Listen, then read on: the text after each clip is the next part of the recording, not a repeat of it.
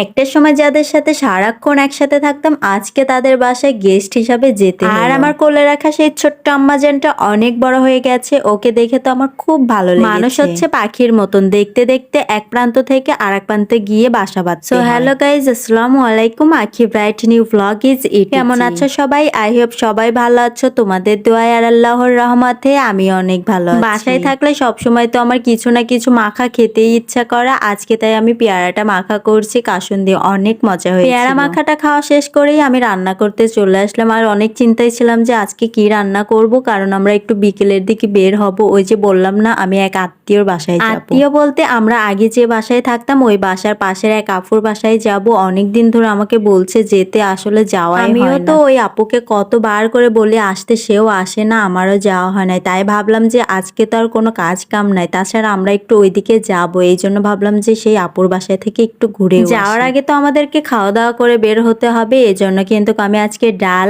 আর মুরগির মাংসটা রান্না করে নিয়েছি। আজকে তো আমি খাসি মুরগির মাংসটা রান্না করে নিয়েছি। আর মুরগির মাংসের মধ্যে কিন্তু আমি একটুও ঝোল রাখিনি, শুধু কষিয়েই রান্না করেছি। যেহেতু আমি মাংসের মধ্যে কোনো রকম ঝোল রাখিনি, এই জন্য তার সাথে কিন্তু আমি ডালটাও রান্না করে নিয়েছি। মাংস আর ডালটা জাস্ট জমে যাবে। অনেকদিন ধরে চেয়ার টেবিলে খেতে খেতে একদম বোরিং হয়ে গিয়েছি। এখন কিন্তু আমি বিছানায় খেতে বসে গিয়েছি। তোমাদের ভাইয়া তো টেবিলে খেতে বসে আমাকে খুঁজছে, বলছে যে তুমি কোথায়। আমি বললাম এই যে আমি খাটের উপরে খাচ্ছি। তোমরা যে যাই বলো না কেন, খাটের উপরে খাওয়ার মতন শান্তি আর কোথাও পাবে না। তবে মাটিতে বসে খেলে আরো বেশি শান্তি লাগবে, তাই না? এই তো খাওয়া দাওয়া শেষ করে কিন্তু আমি রেডি হয়ে গিয়েছি। আর আজকে কিন্তু আমি সেই নতুন টু পিসটা পরে নিয়েছি। টু পিসটা পরে আমার এত ভালো লাগছে, আমি তো বারবার আয়নাতে দেখছিলাম যে আমাকে কেমন লাগছে। অ্যাকচুয়ালি আমি নতুন কিছু পরলেই এমন করতে থাকি আর আয়না দিয়ে দেখতে থাকি। আবার আমার কাছে যদি কেউ থাকে তাকে তো হাজারটা বার আমি জিজ্ঞাবো যে আমাকে কেমন লাগছে এই জিনিসটা। এখানে তো তোমাদের ভাইয়া ছিল, আর তোমাদের ভাইয়াকে তো আমি এটা জিজ্ঞাসা করতে করতে একেবারে পাগল বানিয়ে দিয়েছি। এই দেখো তোমাদের ভাইয়া কি করে, আমার দিকে আর তাকাচ্ছেও না, বলছে যে আমি আর কিছু বলতেই পারবো না। এই তো আমরা কিন্তু বের হয়ে গিয়েছি। বের হতেই একটা কার দেখতে পাই। তোমাদের ভাইয়াকে বলছি এরকম কার আমাকে একটা কিনে দিবা। তোমাদের ভাইয়া বলছে